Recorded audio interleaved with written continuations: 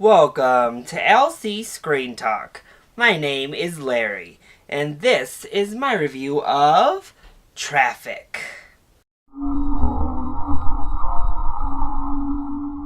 So Traffik is a thriller starring Paula Patton and Omar Epps that has received a limited release, and actually I would argue a very strange release this weekend. It's not quite limited enough to really make a whole bunch of sense, but it's not everywhere. It's not in a wide release, and I've already seen actual multiple postings on social media sites of people being pretty bummed out because it's not opening anywhere near them this weekend.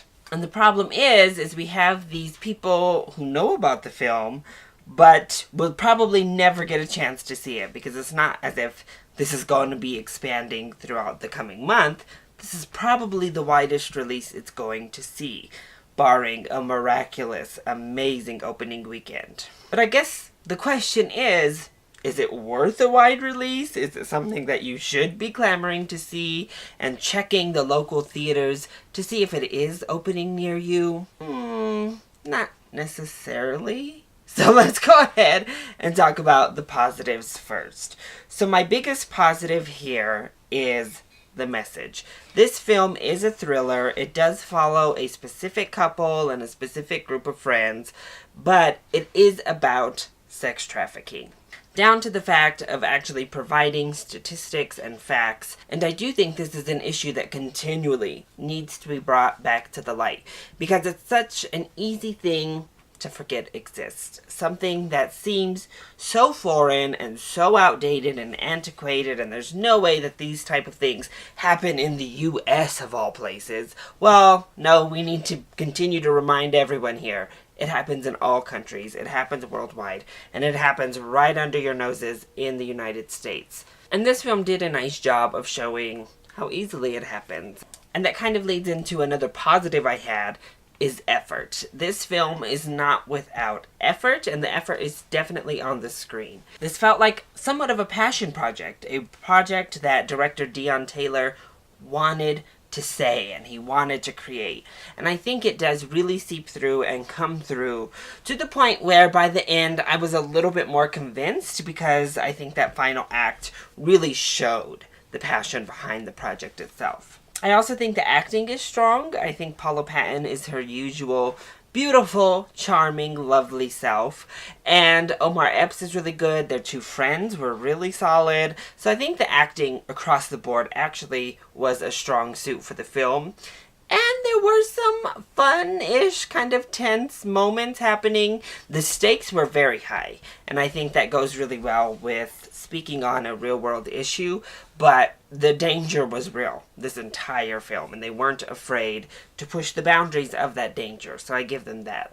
As for negatives on the film, while I think Dion Taylor had a lot of passion and was really enthusiastic about making this film, his lack of experience, and especially lack of experience with good films, showed here. His previous works come down to like Meet the Blacks, and it showed because the direction was pretty bad. Pretty pedestrian and very, very amateur-esque.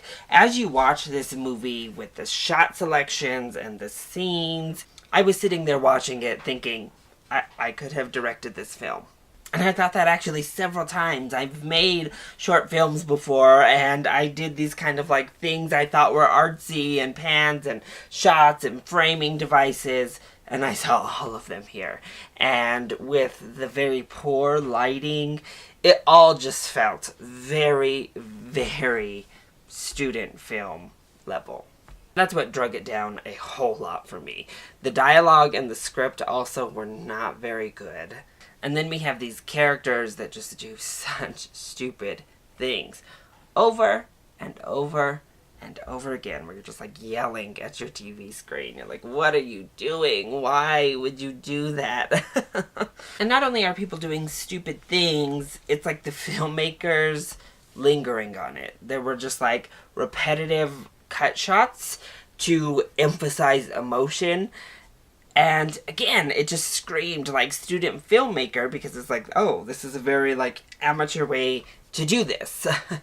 And then it comes across extremely heavy-handed because we're just like repeating the same crying face over and over. And then they grab this like very obvious thing that keeps the emotions rolling, and everything in the world stops for this emotional moment to happen. And it didn't work. And it makes you a little bit sad to see all forms of execution, cinematography, lighting, editing, script, direction, every facet of technical, actual professional filmmaking lacking so sorely in a film that clearly had the passion behind it. And that's what makes Traffik a bit of a weird review for me, because I really liked the message, and underneath this shoddy surface were things to really enjoy and some things to kind of grasp onto. Unfortunately, they were just buried under a not well-made film.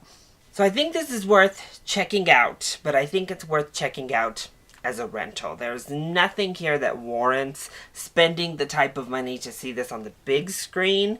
But I think as a thriller, the stakes are high enough, it gets serious enough. And again, that message really comes through, so give it a rental. So, that is my review of Traffik. I hope you enjoyed it. If you did, go ahead, click that like button down below and subscribe to the channel so you are always up to date on our latest videos. Also, join in on the discussion. Are you excited to see Traffik? And is it opening at a theater near you? If it is, will you see it? Or have you already seen it? And if you have, what did you think? Let me know either in the comment section down below, or you can hit me up on Twitter. I love you all so much for your support. Mwah! Thank you for watching, and I'll see you next time. Bye!